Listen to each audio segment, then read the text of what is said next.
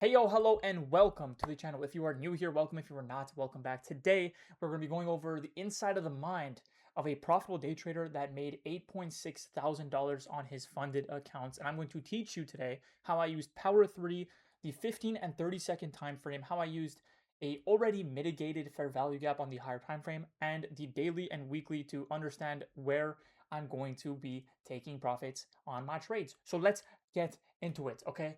First off, what do we need to do every single day um, to frame our bias? We need to look at the weekly, daily.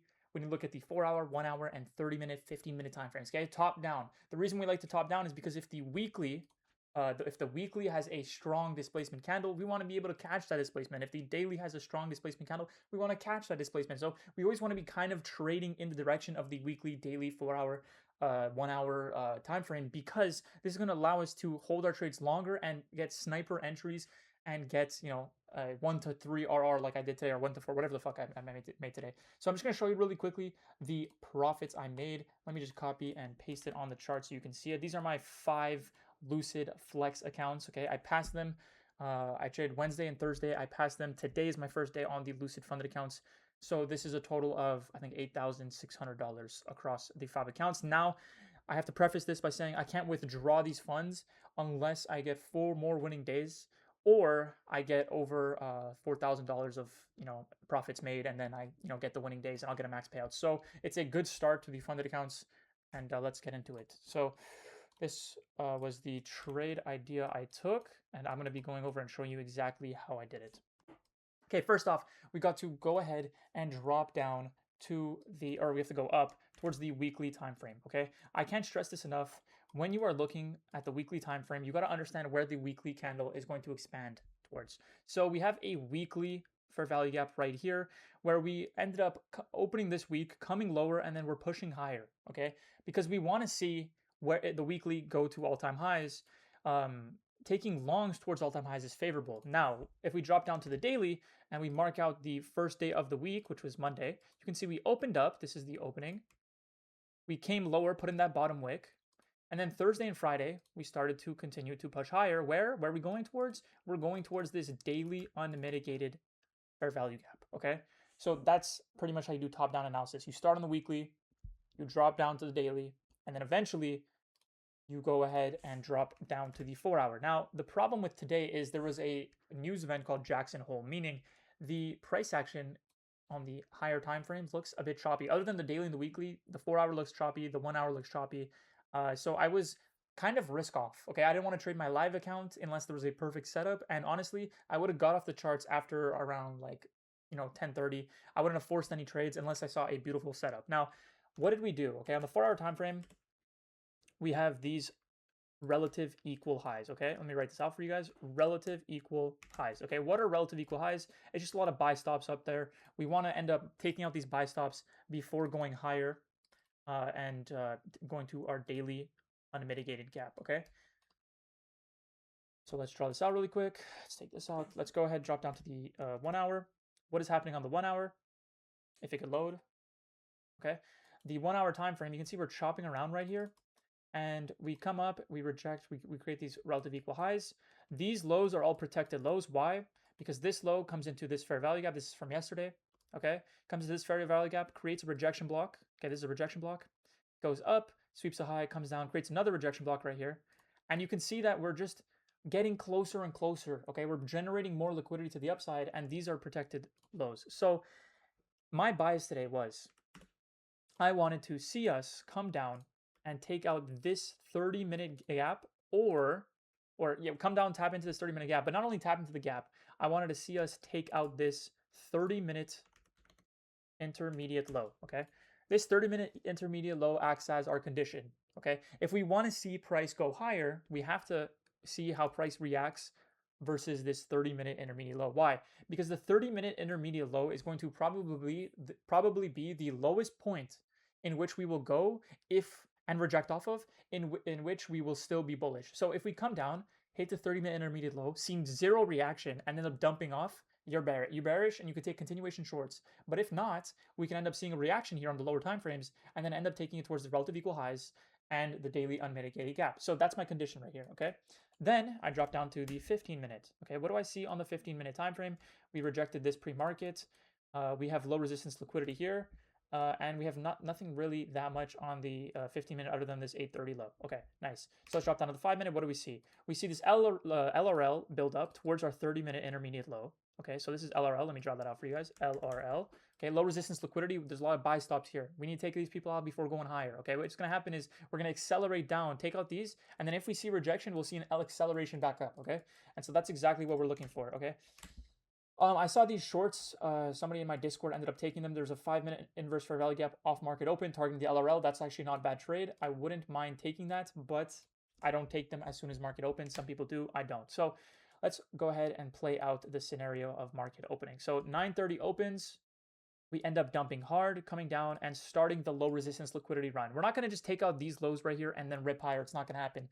I want to see all the way down to this 30-minute intermediate low, and I want to see it respect the 30-minute intermediate low with a huge push to the upside. Okay, but what do we have happening here? We have a 30-minute power of 3, right? Because we want to see the 30-minute candle off market open come down, sweep the low resistance liquidity, tap our 30-minute intermediate low that's inside of a gap. We want to see it have respection, and we want it to respect it and then push higher. Okay, so we don't want the price to come up first. We want to see it come down first. Why? Because we want to see that 30-minute wick get formed. Okay, so let me draw that out for you guys. This is the 30-minute power of 3. Okay, and so this is also known as a Judas swing, especially at market open. And so we come down, we absolutely mollywop the lows in like 2 candles. And then we start to see a little bit of rejection down here. We see it, come back up and come back down. We also put in an SMT, the SMT with ES, right? This was an SMT. Let me draw it out right here. SMT. So we have an SMT. We just took out low LRL, okay? We just took out low resistance liquidity here. We swept the low, so I'm going to take this out. I'm going to put this here so it's, better for our eyes to see. And now ES is pushing higher. You can see ES didn't take out these lows, right? But the NASDAQ did, so that's a SMT. And then we see NASDAQ is pushing higher. Now, we don't have any structure, okay? We have this LRL above that we can target leading up to our draws on liquidity with the relative equal highs. So that's good. That's great that we generated that pre-market. Okay, I'm just going to draw this out again. It's LRL, okay? That's great for us, but we don't have any structure in here. So what I like to do is I like to drop down to the 30-second and or 1-minute time frame and or 15-second time frame. So this is this is an IFEG here on the 1 minute. I like to drop down to the 30-second time frame or 15-second time frame, and I like to see what's going on in the second chart. Okay. Luckily for us, we see that there's a 30-second change in the state of delivery right here. Okay, CISD. So that means this should be a protected low. Okay, and then we have the 1-minute inversion right here that I was talking about, that I marked out right here. And now I'm just waiting for us to, either come back just a little bit so I can enter, because I don't want to enter up there, or if we start to displace like somewhere above here, I'm just going to enter and take it to the relative equal highs. So let's look what happens on the 30-second time frame. Let's just draw it out. Okay, the 1-minute candle closes. Then we end up coming down here. I ended up pressing my enter button the second I saw the 15-second start to reject. Unfortunately, I got filled. I think I have executions on. Executions. Oh, it doesn't show, unfortunately. I got filled pretty high. I'm pretty sure I got filled like somewhere up here off the next candle. And my stop loss was like somewhere below here. And then my targets were obviously all the way up here. And so then I ended up playing out the trade. And as you can see, we got our bottom wick to our 30-minute candle. And we got a strong push towards our low resistance liquidity here. And then we ended up seeing some type of rejection here. Why? Because there was an SMT at these relative equal highs with ES. And at that point, I had closed the trade right about here. So it was around a 1 to 3, 1 to, 1 to 3, 1 to 4R, depending on where I ended up placing my stop loss. I don't remember exactly, but anything below this low should be good. And another thing I wanted you guys to note, right? If we are truly going to be bullish, and that is the high resistance low that we put in, this inverse fair value gap shouldn't have a body close below on the 1 minute. Okay, so the second you see that this candle comes down, respects it, closes above, you can pretty much press enter, and that's exactly why I entered. I saw it get respected, and even though we don't have structure here, but we have structure up here, it doesn't matter because we got a Judas swing, and that takes us to the highs. Now, what did we learn here? We learned that the Judas swing, or the 30-minute opening price power of 3, is really fast. It moves super fast, okay? In a moment where you thought we were going to be super bearish off open, we get a strong reversal off of our key levels. Now, how can you use the 30-second and 15-second charts to your advantage when they seem scary? Okay, the 15 and 30-second charts, I found the best use case for them is when you enter a key level. Okay, if you enter a key level like this 30-minute intermediate low getting swept, when you drop down to the 15-second/30-second time frame, you are basically seeing live. It's kind of like order flow where you see like buyers stepping in at your key level. Okay, you're seeing rejection from your key level, and then you can quite literally anticipate the 1 minute, or anticipate the higher time frame inversion that you're looking for, or the higher time frame CISD, or the higher time frame order block, right? Because if we're creating structure on this 30-second chart, right, we CISD'd it right here. Okay, it's why is it loading? Okay, give it a second. If we're creating rejection structure here towards our DOL, okay, our drawn liquidity, which is relative equal highs and this low resistance liquidity, why would we come back down and resweep it, right? Now, in theory, on the 30-second, this becomes protected now, okay? And then because we have the 1 minute inversion, and then we have this inversion as well, any stops below here, you should be good, right? And that's how you use the 15 and 30-second as well, to help you, get in trades that you probably wouldn't have, taken, right? Because if you're taking this trade right here and you're entering off of a 3-minute inversion, right? This is the 3-minute time frame. You're entering all the way up here, and your target's up here, you would have got edged for a 1-to-1. When in reality, you could have got a 1-to-3 for the exact same trade idea. So I just want you guys to use that to your advantage. And here you go. I can show you again, once again, the executions. I changed my chart colors, by the way. I got the God chart colors now. But you can see my okay, it doesn't show my executions, but just trust me, bro. It was live streamed in my Discord for everybody to watch. I do live stream every single day, 9:30 a.m. EST. New York AM session. So if you guys do want to come out to that, go ahead and join the Discord. It's going to be linked in the description. Other than that, thank you guys so much for watching. You can go ahead and follow my Instagram, subscribe to my YouTube channel, follow me on Twitter if you want to talk about a bunch of stuff in there. But the main thing that's going to help you is joining the Discord. I appreciate everybody watching these videos, and I hope you guys can go ahead and learn something from this for the future. So have a good one. This is nice LRL though towards the relative equal high draws. I would take full TP here on my fundeds. You can hold. Actually, I'll probably hold to all-time highs if I get a nice. Use the 15-second order block. Yeah, technically I could have used the 15-second order block. No, not even trolling. So this is a 30-second. It just feels like a chasing entry when you enter up here. Now we'll see what the 5-minute candle does, because the 5-minute candle comes up first. It's not good.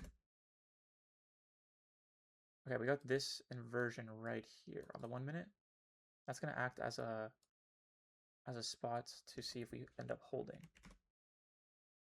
So if we close in the inversion, should be good.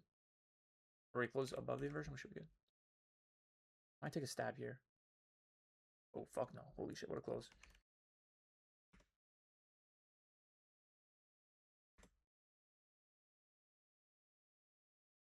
I think I'm gonna take a stab here. How many points of risk? Why is it so laggy, bro? I know why it's so laggy. It just filled me so high. Oh my god. That does not look good. Okay, it's looking like we're gonna stop out. Yo, that is bad, bro. Why is it so laggy? Okay, so we're in this trade. Unfortunately, got filled in fucking Afghanistan, which is quite unfortunate because I'd probably already be break even now. But yeah, we're gonna go break even at the 30-minute power of 3. Or actually, we're gonna drag our stop to this inversion. I'll get rid of this right here. And yeah, actually, I'll bring it to the body candle, because if we create a gap right here and we come down, tap it, and then go higher, it's chill. If not, then yeah. We're pushing higher. When we go to this swing high, let's check ES really quickly. Is ES making higher highs? No. Or yes, it is, but it's not.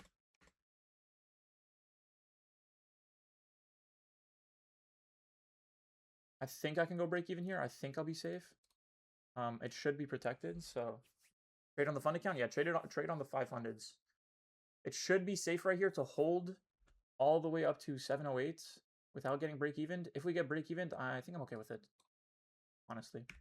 Or actually, it's a better trade to hold until these motherfuckers get taken out and then see the price action. because PA could be dog shit. 5-minute gap rejection right here. Will we get break even? That is the question. And obviously the goal is not to get break even here. Why did you enter? Okay, so as you can see here, the 5-minute candle opens up. And when the 5-minute candle opens up, I'm thinking in power of 3. And even though there's no structure on the lower time frame, we have a 30-minute power. I'll explain it after. After the trade, if it plays out or not. Because, yeah, that does not look good. We have this 1-minute gap / BPR to hold us really quickly. So if we can get a nice push up, this should protect us. So this stop loss is now kind of good, even though I wish it was like down here or something. But we should get some type of push upwards. How much is this? We're up 425. I'm looking to hold for full TP all the way to the top because I'm trying to build a buffer on my funded accounts. So that would be really nice. Let me just make sure my copy trade is working. Yeah, it's working. Okay, so the reason why I entered, and unfortunately it was a bit of a shitty ass entry, but if you can see here on the 30-second chart, we got a 30-second CISD. We have the 30-minute PO3, so we opened lower, and then the draws are higher. We swept these lows, these low resistant lows, created an SMT, and we swept the 30-minute gap. And we're in the 30-minute gap. We got some strong displacement. We came down at the 5-minute candle open. We rejected the initial displacement area. So like there's a CISD here. We rejected that 30-second, 15-second inversion here. And then the second I see this rejection, I wanted to enter somewhere here. I got filled up here, unfortunately, which is quite shitty. But yeah, the second you saw that, I'm like, okay, we're at least going to go tap the 930 PO3 open. And then from there, we'll decide where we want to go break even and how price action is working. So let me just make sure we're not getting absolutely SMT'd out of our mind. But yeah, does that make any sense? I mean, it's a bit more of a discretionary entry. I don't think you'll see anybody really take trades like that unless they trade more discretion. The 30-minute FEG was not mitigated? What do you mean? Was it not? Yeah, it was right here. It was mitigated, then reswept again. It's more just because this low is protected. So if we do want to reject here, after sweeping this low should be protected. Like all of these lows right here, they should be protected because of, you see how big the rejection candles are? And this is like a gap over here. I'll go over it after. How you doing this morning? How you doing? I'm doing good. You? I'm doing good. You?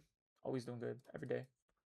So I'm at 1,375 here. If I could take partials, I would take partials at this high. But because I only tried one mini, I can't take partials. And I'm really confident that we'll end up going to these relative equal highs from overnight and maybe even beyond, but I'm not going to shoot for beyond, obviously. But now what I like to do is I just like to, sit on the 15-second chart and analyze. I could be a baller, and when we get a little bit of a retrace, enter and add another contract in, but I'm not going to do that. What a fucking banger trade, bro. See, this is the power of not limiting yourself to IFEGs, right? Like, there was a 1-minute IFEG, but if you're going off the IFEG, you're entering. Well, I entered higher than the IFEG, unfortunately. But if you're entering off the IFEG, okay, so ES took the high. It's like frozen in time. ES took the high. Is it going to go higher, or should I close my trade? Good question. I guess I'll trail. You know what? Fuck that. I'm just going to close the trade. 3, 2, 1. Okay, bang. Hold TP. ES took the high, so there's going to be an SMT at the highs. I'm not going to get fully. Yeah, the 30-minute was mitigated. That's a Jeej. Boys, that's a Jeej.